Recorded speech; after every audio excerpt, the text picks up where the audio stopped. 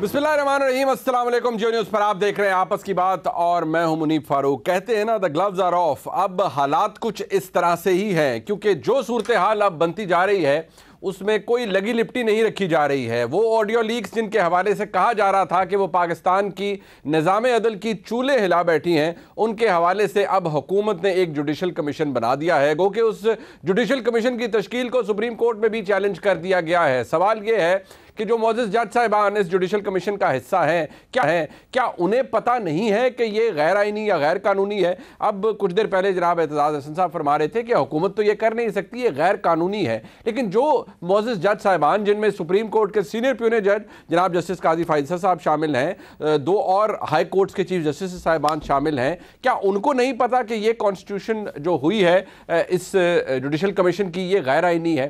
दिलचस्प बात यह है कि इस जुडिशल कमीशन से क्या साबित होगा?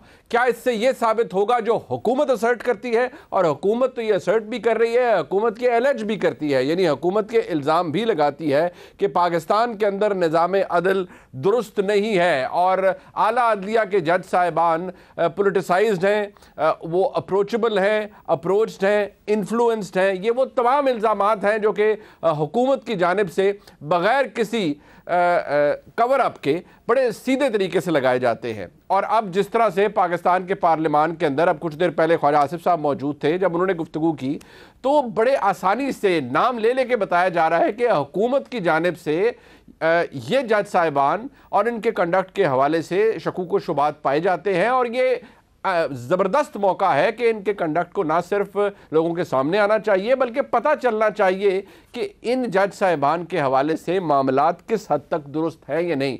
एक ख़तरनाक प्रेसिडेंट है वो इसलिए कि पाकिस्तान में अदलिया यानी आला अदलिया को घर भेजने के हवाले से, उनकी शिकायत के हवाले से एक फोरम मौजूद है और वो कि जो सुप्रीम जुडिशल काउंसिल है।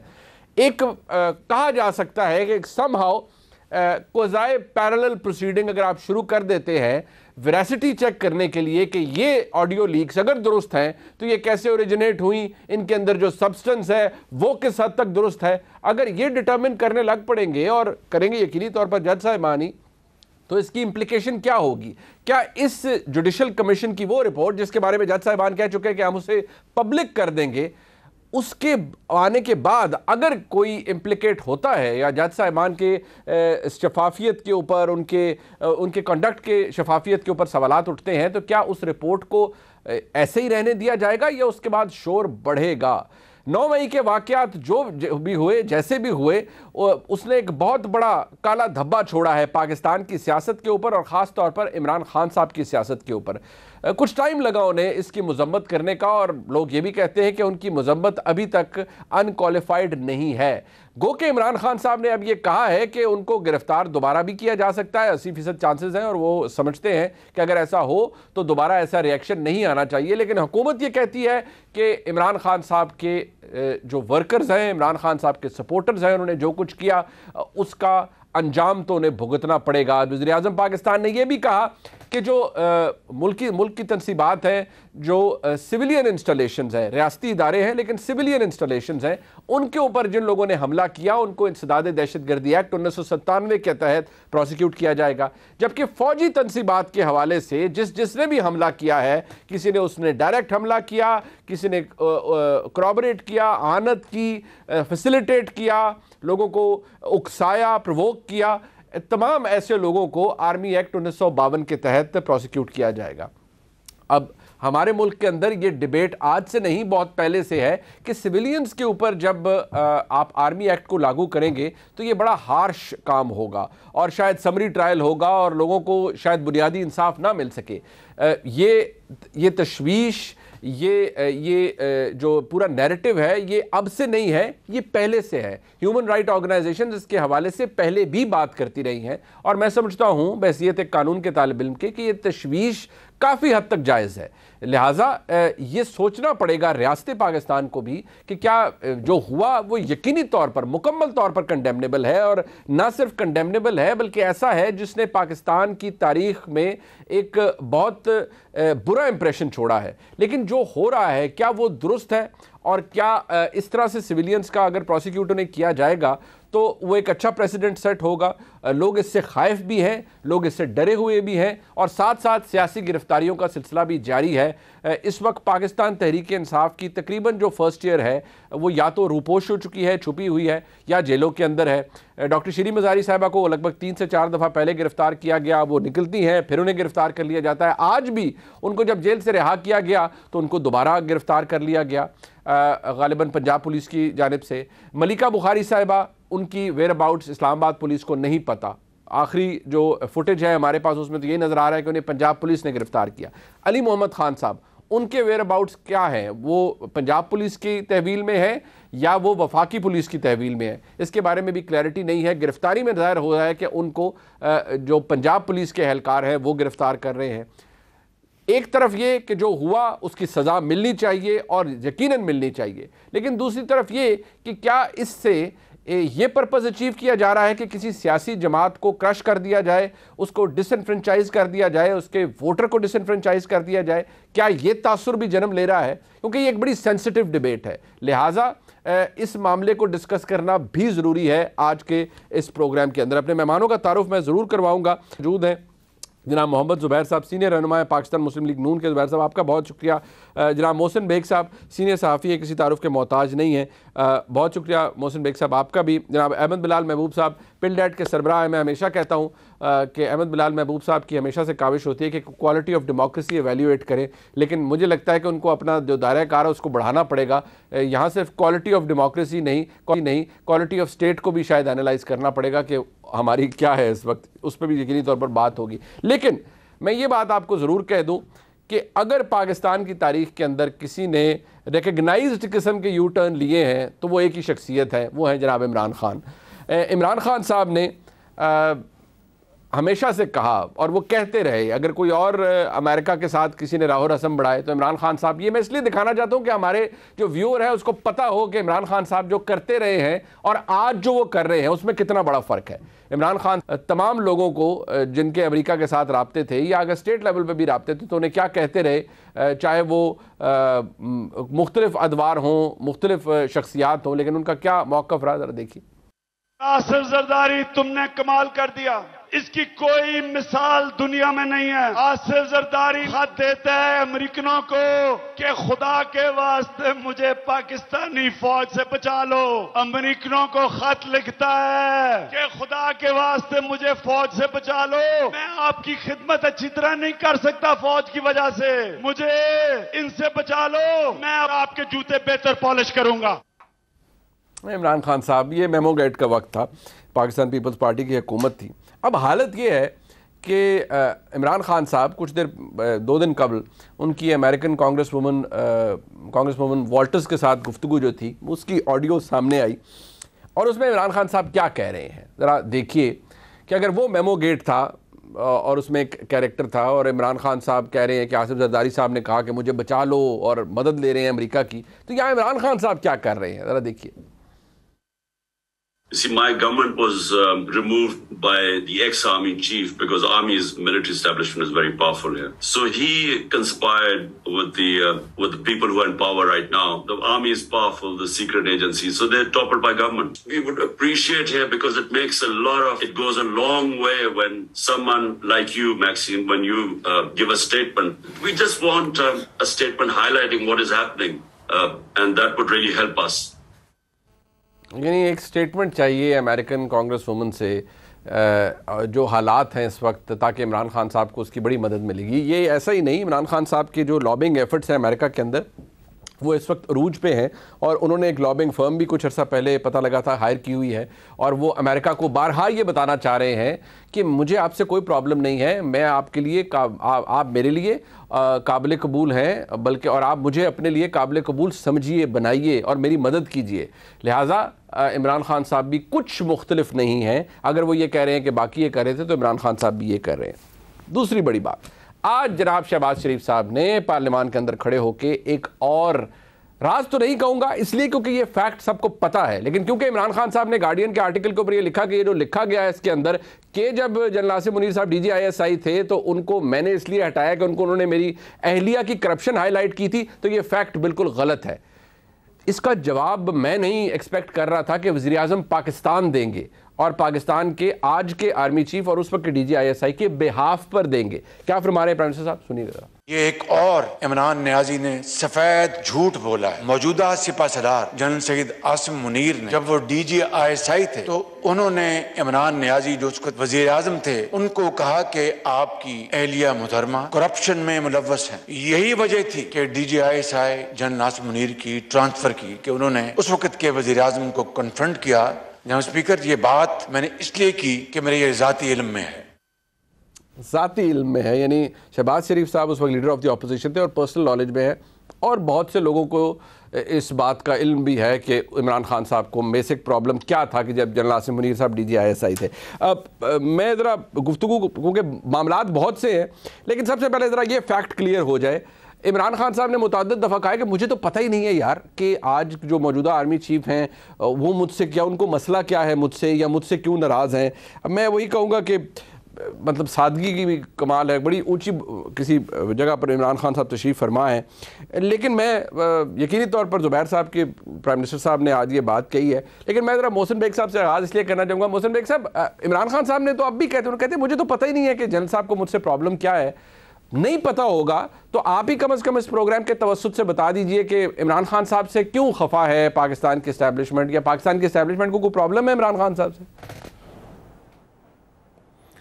देखिए, मुझे मुनीब साहब इतना इल्म है कि इस्टेब्लिशमेंट को तो शायद इनसे कोई प्रॉब्लम नहीं है, लेकिन इनका जो अपना कंडक्ट है, एक प्राइम मिनिस्टर रहा हो और जिस तरीके से उन्होंने इस्टेब्लिशमेंट को टेक ऑन किया, बार बार नाम लेना।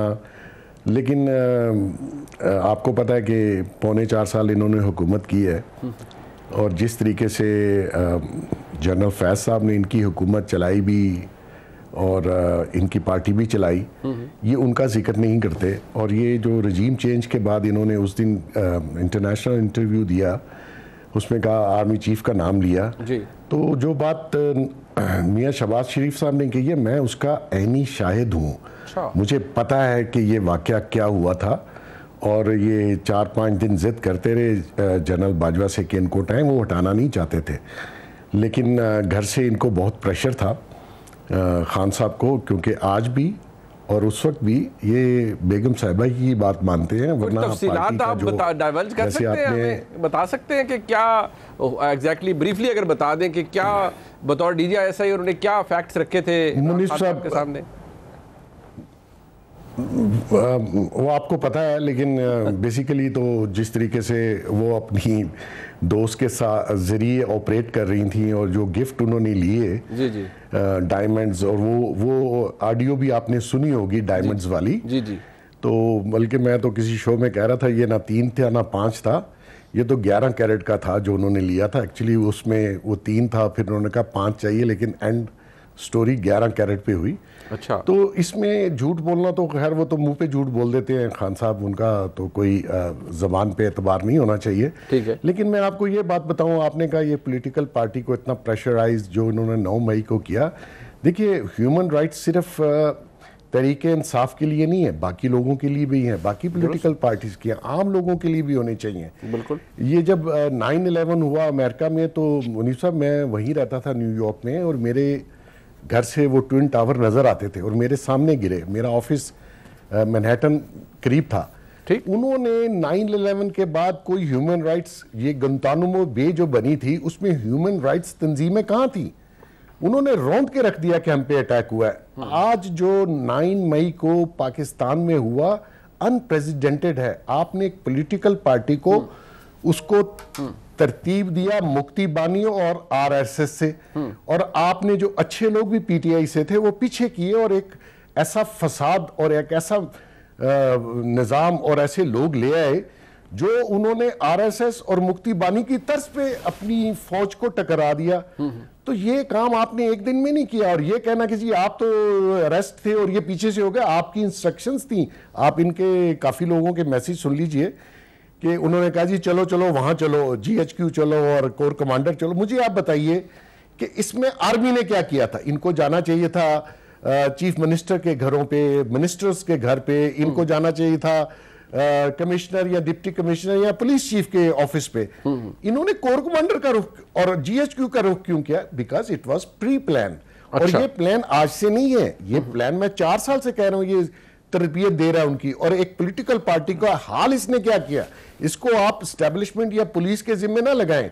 हाँ, अगर इनके केस आर्मी लॉ के तहत हो रहे हैं तो मुझे बताइए, जो कोर्ट्स का हाल आपने बताया है, जो ये अभी कमीशन बना है उसका हाल आपने बताया। मैं भी एतजाज एहसन साहब को सुन रहा था, मेरे ख्याल में लास्ट स्टेज में उनके शायद सोच में कुछ फर्क आ गया है। और जो इतनी लंबी हिस्ट्री उन्होंने बताई है, बेसिकली लोगों की, मुनीब साहब, मिथ खुल रही है, लोग एक्सपोज हो रहे हैं, ठीक हो गया, उनकी रियलिटी आपके सामने आ रही है। इस कौम को पता चलना चाहिए कि इन लोगों ने फेक लबादे ओढ़े हुए थे। बिल्कुल ठीक। हमारी बार आईन आ जाता है, हमारी बार कानून आ जाता है, उसकी दफा क्या होता है भाई? बात ठीक है, लेकिन कानून और आईन कहां गया? मैं एक बात कहूंगा, वो आपने दुरुस्त कहा, अमेरिका ने होमलैंड सिक्योरिटी भी रेज की, सब कुछ किया जब 9/11 हुआ।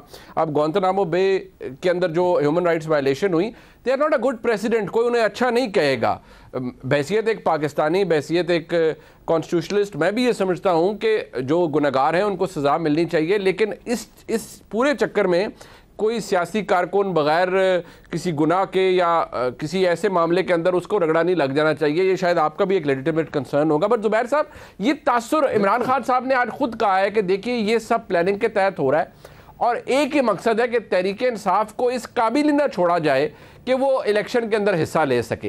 एंड डिजर्शंस जो हो रही हैं पार्टी से, वो आपके सामने है जुबैर साहब। तो ये इंप्रेशन डिस्पेल कैसे कर पाएंगी, क्योंकि हुकूमत पे तो आप हैं? पहले तो मैं जल्दी से, जो मोहसिन साहब ने बात की थी वो बिल्कुल सही रेफरेंस दे रहे थे 9/11 का और उसके बाद के इवेंट्स का। But as someone representing the ruling party, I want to assure कि हम वो ह्यूमन राइट वायलेशंस को एक्सेप्टेबल नहीं है। हम सब चीज़ें कानून ही के तहत करेंगे। सो एक तो ये बिल्कुल क्लियर, मतलब I can't join this thing कि जी अगर अमेरिका ने ह्यूमन राइट वायलेशंस की थी तो हम भी उस पर जाएंगे। हमारे पास कानून मौजूद है, हमारे पास आइडेंटिफिकेशन भी है किन लोगों ने किया था और कौन उसके सहूलतकार थे। लेकिन मुनीब, जो बड़ा पॉइंट है जो मैं जिसका जिक्र करना चाहता हूँ, चूँकि ये मैं 9 मई के बाद पहली दफ़ा टीवी पर आ रहा हूँ, आई वॉज नॉट हेयर, मैं एक चीज़ ज़रूर कहना चाहता हूँ, क्योंकि ये समझने के लिए कि ये हुआ क्या था, मेरे लिए 9 में बिल्कुल सरप्राइज नहीं था। अच्छा, पीटीआई की तरफ से बिल्कुल सरप्राइज नहीं था। वो 9 में कि नहीं होता 2023 तो वो कोई जून में या जुलाई में या अगले साल वो होना था। अच्छा, और उसकी वजह क्या थी? अक्टूबर 2011 जो आपने तकरीर सुनाई थी जी, जब इनका वो दोबारा जन्म हुआ था, ज़ाहिर पॉलिटिक्स में तो वो 1996 से थे। उसकी बुनियाद जो थी ना, बुनियाद वो थी कि जो उनके पॉलिटिकल ओपोनेंट्स थे, पीपीपी या पीएमएलएन, उनको पॉलिटिकल राइवलरी से हटा के एनिमी स्टेटस दे दिया था कि it is a battle between good and evil. जाहिर है हम ईवल फोर्सेस हैं, हम इतने खराब लोग हैं। और वो आपने वो जो रिएक्शन देखते हैं ना, वो जो पीटीआई के वर्कर्स और पढ़े लिखे लोग भी करते हैं और जिस तरह से एड्रेस करते हैं, वो इसलिए है कि वो उनके हिसाब से जो उनके दिमाग में डाला गया कि पीपीपी और पीएमएलएन वाले इतने खराब लोग हैं कि they can sell their mother for power और मनी, और ये अपने स्टेट को बेच सकते हैं। बिल्कुल मैं रियलिटी मैं आपको that's the impression that was created जो इब्तिदा, because this is a very important thing. वो पहले पीपीपी और पीएमएलएन थे, अप्रैल 2022 में फौज को भी शामिल कर लिया और फौज को हमारे से भी ऊपर ले गए in terms of the evil. और फिर जो इस्लामिक टच दिया गया, जो आपने सुना भी था सूरी साहब से जी, कि उसमें उन्होंने इस जंग को ये बयान किया कि एक दफा वो रेफरेंस दे रहे थे करबला का। अभी आप सोचें जरा, और उनके जो फॉलोअर्स हैं वो उस चीज को एग्री कर रहे हैं कि ये इन फोर्सेस ऑफ ईवल को हमने तबाह बर्बाद करना है। सो उनको एक चिंगारी मिली और उन्होंने रिफ्लेक्ट कर दिया। So for me it is no surprise कि this happened at the hands of PTI workers. अब वो उसमें कौन शामिल था मैं उसमें नहीं जा रहा, वो तो एक कमीशन होगी, वो इन्वेस्टिगेशन होगी और उनको बिल्कुल मौका मिलना चाहिए, हर एक को मौका मिलना चाहिए कानून के हिसाब से अपना दिफा करने का, और जो जिम्मेदार नहीं है उनको बिल्कुल ये नहीं पकड़ना चाहिए। लेकिन जो जिम्मेदार है, देखिए ना, ये जो वो मैं इस इक्विवेलेंट 9/11 का ये जरूर कहूंगा कि पाकिस्तान का ये इक्विवेलेंट है, बल्कि उससे भी ज्यादा खराब है। उसमें तो अमेरिकन शहरी नहीं थे जिन्होंने आके 9/11 किया बिल्कुल था। सही है। वो तो उनकी एक बड़ी लार्जर एक जंग चल रही थी, उसामा बिन लादेन एक तरफ थे और जो दहशतगर्दी थी। यहाँ तो फौजी और सरकारी इमलाक को जलाया गया ना, अपने मुल्क के लोगों ने जला दिया।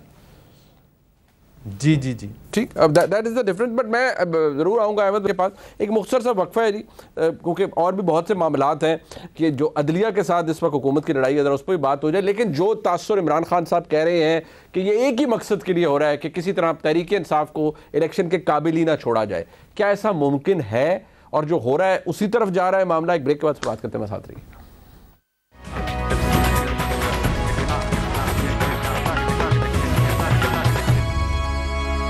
अहमद बिलाल महबूब साहब, वैसे जो सर्वेज होते हैं मैं समझता हूँ वो they don't do justice to someone's actual popularity या किसी की जो स्टेट ऑफ अफेयर्स होते हैं उसका एक्चुअल रिफ्लेक्शन तो शायद नहीं होता। बट कंसिडरिंग दैट जो इमरान खान साहब की मकबूलियत के हवाले से सारा मामला रहा है, इस वक्त जो हालात उन्हें दरपेश है और 9 मई के बाद, फ्रैंकली आप ऐसी इस सिचुएशन को कैसे एवेल्युएट करते हैं? और जो उनका खदशा है या उनका जो असर्शन है कि ये सब कुछ जो हो रहा है ये इसलिए किया जा रहा है कि मुझे या मेरी जमात को इस काबिल ही ना छोड़ा जाए कि वो इलेक्शन लड़ सके।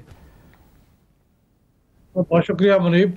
देखिए, अगर कोई ऐसी चीज हो रही है जो इमरान खान साहब के इलेक्शन में हिस्सा लेने को हर्ट कर रही है, तो वो बुनियादी तौर पे तो 9 मई और उसके बाद 1-2 दिन जो कार्रवाइयाँ हुई वो उन पर अफेक्ट कर रही है ना। तो ये करने में तो जो लोग जिम्मेदार हैं वो उनकी पार्टी के लोग हैं प्रेडोमिनेंटली। ये तो अभी साबित होना है लेकिन बज़ाहिर ऐसे लगता है। और ये बड़ी हैरानी की बात है कि आज तक पाकिस्तान में मैंने बहुत से ऐसे एजिटेशन देखे हैं जो बहुत गैज़ो गज़ब से मगलूब होते थे पॉलिटिकल वर्कर्स, लेकिन मैंने किसी वर्कर को फौजी तंसीबात की तरफ जाते और उनके ऊपर अटैक करते और उनके सामने खड़े होकर मुजाहरा करते नहीं देखा। ये पहली बार ऐसा हुआ, और 1-2 लोगों का नहीं, एक पूरा हजूम।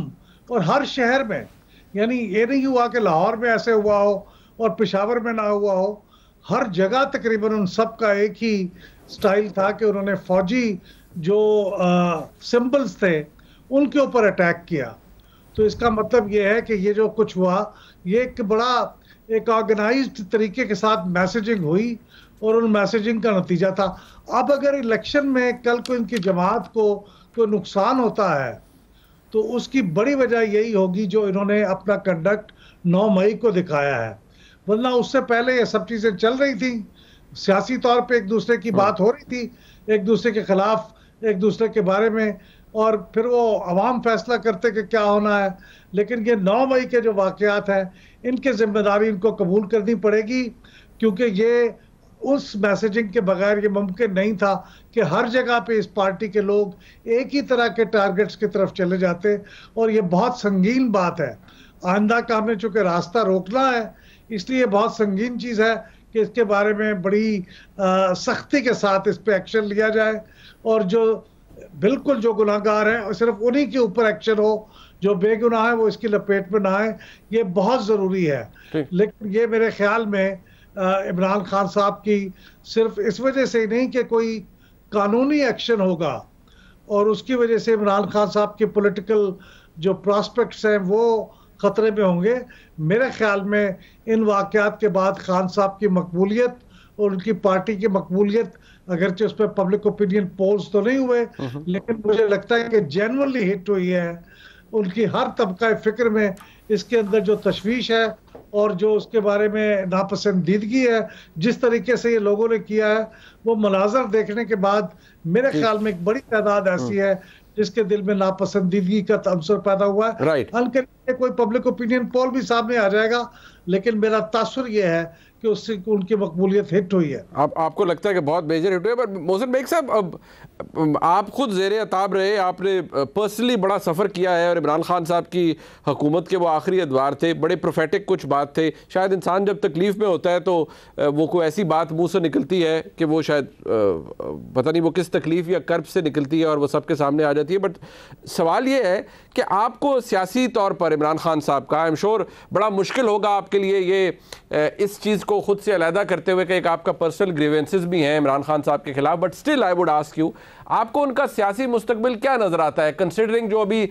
मैं अहमद बिलाल महबूब साहब ने तो तज्जिया किया है वो उनके मुताबिक तो बड़ा मेजर हिट लिया है PTI ने और इमरान खान साहब ने इन वाक़यात के बाद, तो आपको उनका सियासी मुस्तकबिल क्या नज़र आता है?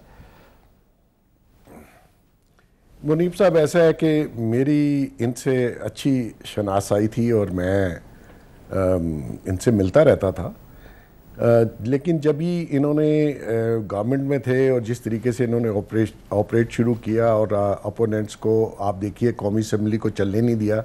ये पहली हुकूमत थी जिसने कौमी असम्बली को खुद से नहीं चलने दिया और बजट पे खुद बजट के वाले दिन एहतजाज किया। तो वहाँ से ये बात शुरू हुई। तो मैं इनसे जब मेरा कता ताल्लुक़ हुआ और मैंने इनका नंबर ब्लॉक कर दिया और मैं दिल में सोच रहा था कि ये शख्स बहुत नुकसान पहुँचाएगा। अब मेरा जो वाक़या है मैंने उसमें भी कहा कि ये हिस्ट्री हो जाएगा, और उसके बाद जो मैंने पहला इंटरव्यू दिया वो सलीम साफ़ी साहब को और हामिद मीर को, और आप अगर देख लें जी मैंने कहा था ये पॉलिटिक्स में नज़र नहीं आएगा, ये हिस्ट्री हो जाएगी, because he is not a politician. इतना फाशिस्ट जहन किसी शख्स का हो कि वो अपने किसी ओपोनेंट को बर्दाश्त ना कर सके और जो बन पड़े वो उसके खिलाफ करना शुरू कर दे। मुझे बताइए कि खुदा की खुदाई को तो आप चैलेंज नहीं कर सकते, और आपकी जो असल में हकीकत है वो तो सामने आ रही है। लोग देख रहे हैं आपको कि आप सुबह बात कुछ और करते हैं और शाम को कुछ और अपने मफाद की खातर आप पांव पड़ जाते हैं, और जब आप ठीक होते हैं तो आप गिरेबान पकड़ लेते हैं। ये काम हमारे माशरे में नहीं चल सकता। वैसे ये तो काम बहुत से सियासतदानों ने किया होगा, बट एक बात मोहसिन बेग साहब, हमारे मुल्क में माइनस नवाज शरीफ भी हुआ, उनको जो कुछ हुआ और वो हमारे सामने है। मैं तो उसको कानूनी तौर पर भी देखता हूँ कि जिस डिज़ाइन के तहत वो किया गया। अल्ताफ़ हुसैन एक ज़माने में बड़ा तूती बोलता था, उनका MQM से अल्ताफ़ हुसैन को माइनस कर दिया गया। यहाँ अगर इमरान खान साहब की शख्सियत को के हवाले से, क्योंकि वो तो ये कह रही हैं सब मेरे खिलाफ हो रहा है और मेरी जमात के खिलाफ हो रहा है और इसलिए हो रहा है कि मैं इलेक्शन ना लड़ सकूं और मेरी जमात ना लड़ सके, तो यहाँ किस तरह की क्योंकि वो बार बार उनके लोग भी कह रहे हैं कि हमें डिसइनफ्रेंचाइज करने की कोशिश की जा रही है, हमारी सियासी एग्जिस्टेंस को ख़त्म करने की कोशिश की जा रही है। देखिए, जो लोग इमरान खान साहब की पार्टी से निकल रहे हैं इसमें कोई शक नहीं कि ये एक पॉलिटिकल पार्टी बनी थी, लेकिन आप गौर कीजिए, आपको याद होगा, आप माशाल्लाह बहुत प्रोमिनेंट जर्नलिस्ट हैं, खान साहब पार्टी में उन्हीं लोगों को प्रमोट कर रहे थे जो गाली गलोच असेंबली में मीडिया में कर रहे थे और उनको आगे ला रहे थे, और वो खुद भी यही काम कर रहे थे। तो मकसद ये है कि जो अच्छे लोग जिन्होंने पहले पॉलिटिक्स की हुई थी, जिनके आबाओ अजदाद इलेक्शन लड़ रहे थे, वो इस पार्टी में आए। वो अपनी पहचान, उनकी अपनी खुद से पहचान थी। ठीक है, अब ये वो लोग जो गाली गलोच वाले थे कुछ रह गए, इनकी पहचान इमरान खान है। इनको पहले कोई नहीं जानता था, ये सियासत में नहीं थे, और जो लोग जा रहे हैं उन्होंने इमरान खान से पहले भी सियासत करे थे और इमरान के जाने के बाद भी करेंगे। तो मकसद ये है कि पार्टी किसी ने खराब नहीं की, इसका कसूर इमरान खान का। जो ट्रेन इसने किया, जो मैसेजिंग की, जो झूठ बोले, रोज नया एक बयानिया, रोज झूठ, कभी इस्लाम का सहारा, कभी अमेरिका पे ब्लेम, कभी आर्मी पे ब्लेम, ये काम चल नहीं सकता। हाँ, आप कुछ देर तक लोगों को बेवकूफ बना सकते हैं, लेकिन not all the time. But क्या आप इमरान खान साहब पर, आपको बता दूं, ये मोहसिन बेग साहब ये फरमाइएगा, क्या आप इमरान खान साहब पर भी कोई मुकदमात बनते हुए देख रहे हैं ये 9 मई के वाकयात के हवाले से आर्मी एक्ट के अंडर? मुनीफ साहब, मुझे एक बात बताएं, ये सारी कौम को जो वर्गलाया गया, नौजवान नस्ल हमारी तबाह कर दी गई, उनके जहन में जो जहर घोला, आपने घोला या मैंने घोला? किसने किया ये सारा काम? और ये किसने ऑर्गेनाइज किया था? अगर मुझे कुछ हो तो पहुंच जाओ अपने अपने टारगेट्स पे, ये किसने कहा? सही है। मैंने तो नहीं कहा, आपने भी नहीं कहा। और ये जो इसके जहन में था कि मैं आर्मी को डिसमेंटल या अंडरमाइन करूंगा और सदा ये करूंगा। ये इंटरनेशनल इसके हैंडलर्स का एजेंडा है, क्योंकि फाइनेंशियली ये हमें तबाह कर चुका हुआ है। ये तो आके मैं डार साहब ने जिस तरीके से किया है, मैं हालांकि करू टाइप आदमी है, मुझे नहीं समझ आती। Less than 2 billion you don't go for a bankruptcy, still Pakistan माशाल्लाह सरवाइव कर रहा है। ये तो अपना काम करके गया हुआ था। एक काम बचा था, आर्मी। ये पहले दिन से आर्मी के खिलाफ था, लेकिन क्योंकि फैज बेगम साहब पीरनी साहब के साथ थ्रू था, वो हुकूमत चला रहा था, पार्टी भी चला रहा था, इसी के अपने लोगों को उसने कंटेनरों में बंद करके लाया पार्लियामेंट के अंदर।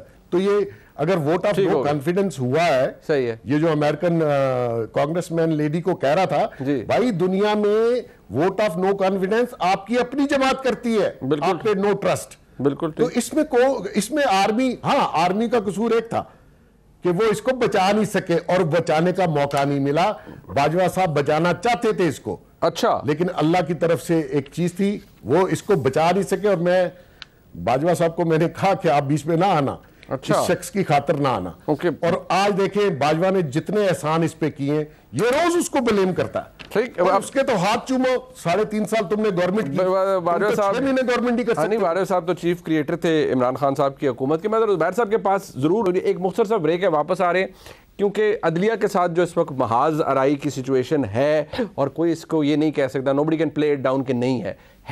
और फिर ये जुडिशल कमीशन रिजल्ट क्या निकलेगा पाकिस्तान का सियासत के अंदर, इसका एक ब्रेक के बाद बात आती है।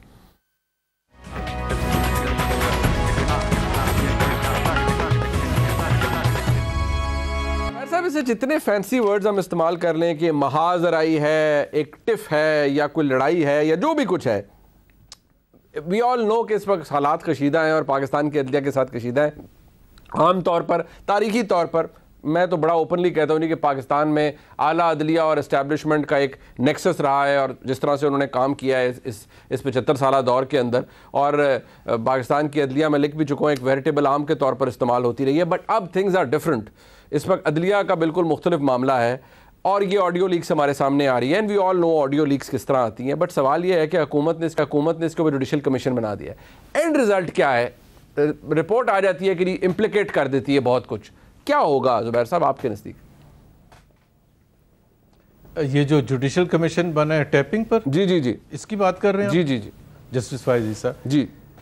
मुझे नहीं पता कि वो क्या उनकी रिपोर्ट आएगी, और उसके अगर वो इम्प्लिकेट कर देते हैं बहुत दूरस्त नताइज होंगे, क्योंकि उसमें हमें अगेन वो सब चीज़ें देखनी है लीगैलिटी से आगे भी जाके, कि उसकी नोयत अगर वो रिकग्नाइज़ कर लिया जाता है। कि मिसाल के तौर पर एक वो है गुफ्तगू है जो बंदियाल साहब की शायद मदर इन लॉ के साथ है और तारिक रहीम साहब की वाइफ के दरमियान है, तो उसको अगर एस्टैब्लिश किया जाए, एक्सेप्ट किया जाता है कि जी उन्होंने गैर कानूनी बातें की थी। मैं इसलिए वो एग्जांपल दे रहा हूँ क्योंकि वो दोनों प्राइवेट सिटीजन्स हैं, अब उनकी रिलेशनशिप बनती है, तो उसके आप जाहिर है माहिर ज़्यादा हैं, लीगल एक्सपर्ट ज़्यादा हैं, कि कल को कोई और इसी किस्म का होगा तो उसका फिर किस तरह से किया जाएगा।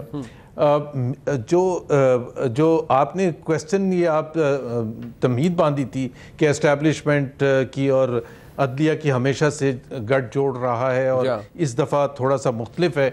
देखिए, इसका हल वही है जो कि 2016, 2017 वगैरह के बाद जब मियां नवाज शरीफ को एक गैर कानूनी तरीके से उनको ज़बरदस्ती निकाल दिया गया था, क्योंकि आप फ़ोन कॉल्स की बात कर रहे थे, तो वो व्हाट्सएप कॉल आपको याद होगी, व्हाट्सएप JIT जो अप्रैल 2017 में व्हाट्सएप JIT, तो वो भी गैर कानूनी थी, और उस वक्त उसको बिल्कुल रबर साइड कर दिया था चीफ जस्टिस उस वक्त के जो भी थे, और जजेस खोसा साहब है, नदस साकिब निसार साहब। बट मैं ये कहता हूँ कि जो मियां नवाज शरीफ का जो फार्मूला था और जो प्रपोजल जो आज भी पाकिस्तान की बका किस में है, पाकिस्तान की बका इसमें है कि पाकिस्तान का एक आइन है, और उस आइन में हर इदारे की, चाहे वो एस्टैब्लिशमेंट हो, चाहे वो अदलिया हो, चाहे वो पार्लियामेंट हो, उसकी हदूद लिखी हुई है। अगर आप उसको क्रॉस करते हैं तो फिर आती हैं प्रॉब्लम्स, और वही प्रॉब्लम्स आज पाकिस्तान उसी वजह से फेस कर रहा है। So how can Pakistan come out of all of this problem is that हर इदारा जो है वो अपनी हदूद में वापस जाए, और फिर उसके बाद जो आपने कहा अदलिया एक तरफ खड़ी है, अदलिया नहीं एक तरफ खड़ी है, अदलिया भी दो तरफ खड़ी है। अच्छा। कुछ अदलिया के लोग जो हैं वो इस तरफ देख रहे हैं और कुछ अदलिया के लोग इस तरफ देख रहे हैं, और उसने और कंपाउंड कर दिया प्रॉब्लम को, क्योंकि आज जो चैलेंज किया है PTI ने वो कमीशन की कायम करने पर वो जस्टिस फाइज ईसा के ऊपर उन्होंने अपनी तरफ से इतराज़ उठाया है। क्योंकि अगर चीफ जस्टिस को बनाती है हुकूमत तो मेरा ख्याल है पीटीआई को कोई एतराज़ ना होता। So there is a fight going on within the judiciary and that has compounded the problems of Pakistan.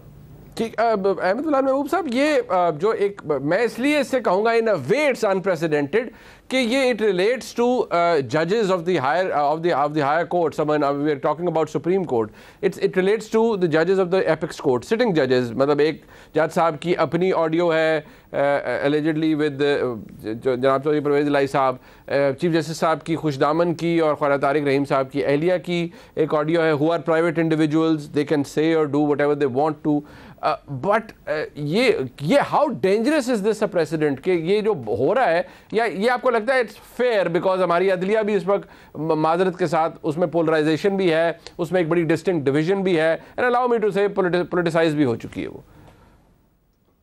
मुझे थोड़ा सा इसके बारे में मुझे इत्मीनान नहीं है। ये जो कमीशन बना है, देखिए उसकी वजह यह है कि ये कमीशन बनाने के बाद इसकी जो फाइंडिंग्स होंगी वो फिर शायद बुनियाद बनेंगी एक सुप्रीम जुडिशल काउंसिल में एक रेफरेंस भेजने की। जी, अगर ये साबित हो जाता है कि ये वाकई इन्हीं की गुफ्तगू हैं तो उस बुनियाद पे एक या एक से ज़्यादा रेफरेंसेस जमा कराए जाएंगे सुप्रीम जुडिशल काउंसिल में।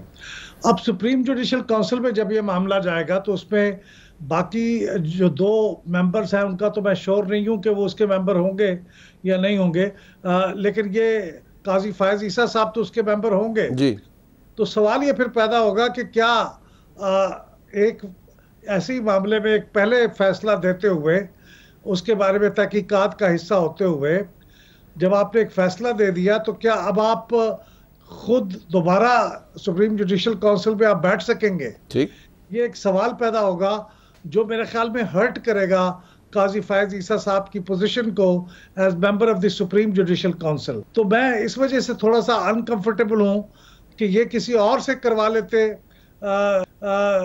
जुडिशरी के ऑनरेबल मेंबर्स के जरिए, लेकिन काजी फायज ईसा साहब जो कि फ्यूचर के चीफ जस्टिस भी हैं, उनको पहले ही बहुत कोशिशें हो रही है मुतराज़े बनाने की, तो इस चीज़ के अंदर उसको इन्वॉल्व ना करते तो शायद ज़्यादा बेहतर होता।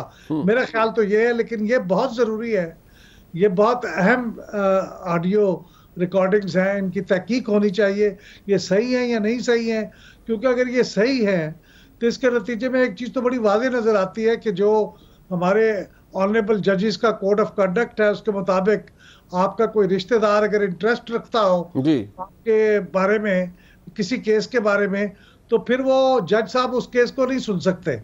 ये सुप्रीम या हमारे कोड ऑफ कंडक्ट में बड़ा वाज़ेह लिखा हुआ है। आपके कोई फैमिली मेंबर हो, आपके कोई दोस्त हो, आपके करीबी जानने वाले हों, तो इस पे यहाँ तो जज साहिबान का बताया जाता है महबूब साहब कि पूरी फैमिलीज मुकम्मल तौर पर इंटरेस्ट लेती हैं, और ये शायद ज़बान ज़द-ए-आम है, ये कंकॉक्ट की हुई चीज़ नहीं है, ये तो खलवत में जलवत में बहुत से लोग कहते हैं, और बड़े आला ओहदों पर बैठे हुए लोग कहते हैं कि जी पूरा फैन क्लब बैठा हुआ है ऑनरेबल जज साहिबान के घरों के अंदर।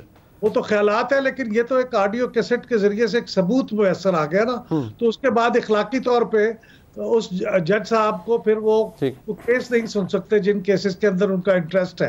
ठीक, तो ये बहुत अहम है, इसका हकायक तो सामने आने चाहिए। मोहसिन भाई साहब, टुवर्ड्स द एंड बहुत इख्तिसार से बताइएगा, ये तलखी बढ़ा देगा जजेस के दरमियान और हुकूमत के दरमियान, आला अदलिया के दरमियान और हुकूमत के दरमियान, क्योंकि अभी भी हुकूमत पर वो तलवार तो लटक रही है इलेक्शन का हुक्म ना मानने वाली। मुनीब साहब, बेसिकली ये जो कमीशन बना है, ये ऑडियो लीक्स जो हैं, जितनी भी ऑडियोज़ हैं जो भी कमीशन के पास जाएंगी, इन ऑडियोज़ के जितने लोग हैं वो जजेस की फैमिलीज़ हैं या जज हैं या इमरान खान हैं, आज तक किसी ने इसको चैलेंज नहीं किया और डिनाई भी नहीं किया। यानी कि एक फैक्ट तो कंप्लीट है कि ये ऑडियोज़ सही हैं, वही लोग हैं, वरना वो चैलेंज करते। यहाँ 100 मोटो तो खुदा जाने किस चीज़ पे ले लेते हैं, ये फ़ौरन बुला लेते सबको।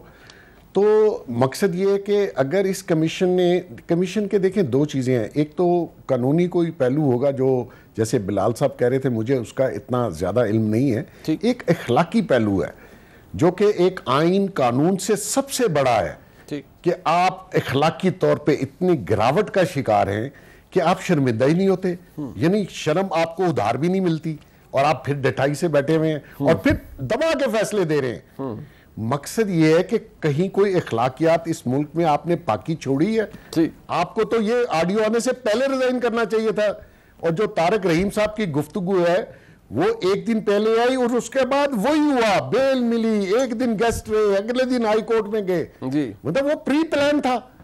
तो उसके मतलब वो भी मैं कहता हूँ अल्लाह मान, अभी मुझे तो लगता है कि आपको शायद बाहर से कुछ उधार जजेस मांग के लाने पड़ेंगे, इंपोर्ट करने पड़ेंगे। यहाँ तो हाल ही बुरा है। अच्छा, लोगों को आप सबक देते हैं, कानून पे चले, आइन ले आते हैं, आइन पे ये लोग खुद अमल करें तो हम लोग हमें आइन सिखाएं। चले हमको क्या मैसेज आ रहा है? बिल्कुल ठीक, वक्त खत्म हो गया। जनाब मोहम्मद जुबैर साहब का, मोहसिन बेग साहब का और जनाब अहमदुल्लाह महबूब साहब का बहुत आपने देखा, देखने का बहुत शुक्रिया। खुदा हाफिज।